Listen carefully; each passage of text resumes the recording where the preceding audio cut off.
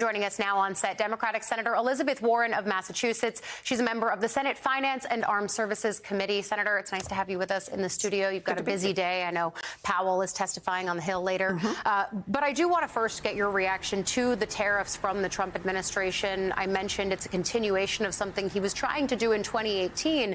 But what's the impact on American consumers? And what's it a negotiating tactic for this time? Well, that's the question. What is the actual intent here? What is he trying to do? Look, I think tariffs can be a very effective tool when they're targeted and when we know what the goal is. So, for example, if we're trying to protect an emerging industry here in the United States, if we're trying to bring back more supply chains, which help make us stronger here in the U.S., makes perfect sense.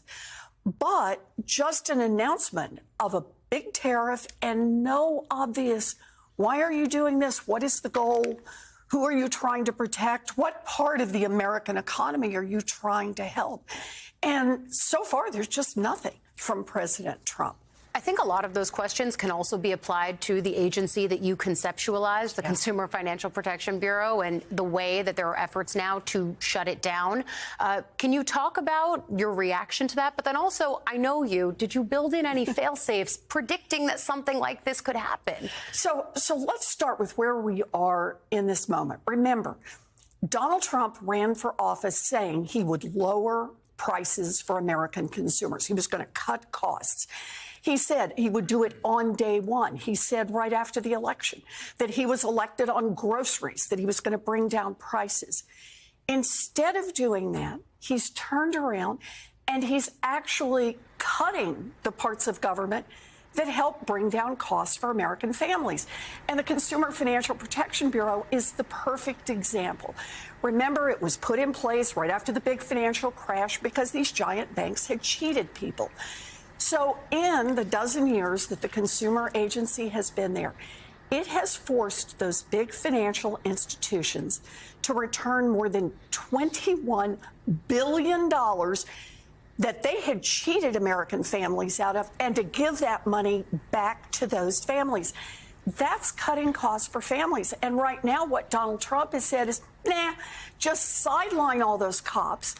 Let any giant bank that wants to cheat you on a credit card or a mortgage or a car loan just have open season on American consumers. That's not going to cut costs. That's going to raise costs for families. You know, Senator Joe Scarborough here. So great to have you with us. Good to be here. I don't want to oversimplify the election results because you've been around long enough and I've been around long enough to know that a 1% or 1.5% swing would have changed things entirely. So I'm not going to be here to say, oh, Democrats have gotten everything wrong. and to that point, Kamala Harris may have lost the battleground states, but Tammy Baldwin, a lesbian legislator, won Wisconsin. And you had a woman winning Michigan. You had a progressive Hispanic winning Arizona. You had a female legislator winning Nevada. So it's not all black and white. I mean, Democrats did very well in other parts of swing states, too. That said, that's all a really big windup for this question. How in the world do billionaires gut agencies that are meant to protect working class Americans? How do billionaires raise tax cuts for billionaires and brag that they're raising tax cuts for billionaires and gut spending to protect working class Americans? And how do Democrats lose any elections among working class voters? Maybe you have an answer that the rest of us do not have, but does that not just seem crazy on the surface of it? So let's take a look at Elon Musk. He spent $288 million to get Donald Trump elected.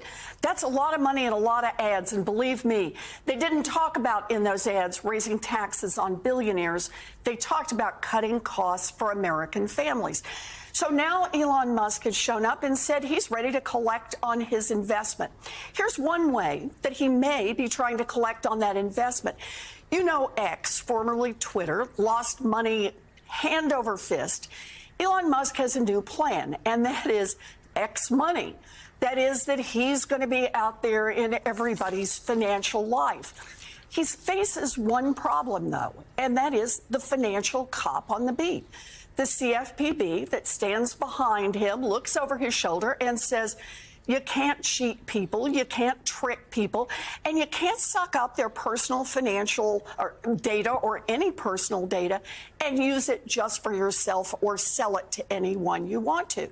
So what's Elon Musk doing? Well, just a little bit ahead of launching his product, he says, let's shut down the Consumer Financial Protection Bureau. Let's take those financial cops off the beat. It is a little like a bank robber saying, I know what let's do. Let's fire the cops, turn off the alarms, just as the bank robber decides to stroll into the lobby of the bank. I think that people are beginning to tumble to what Elon Musk is up to.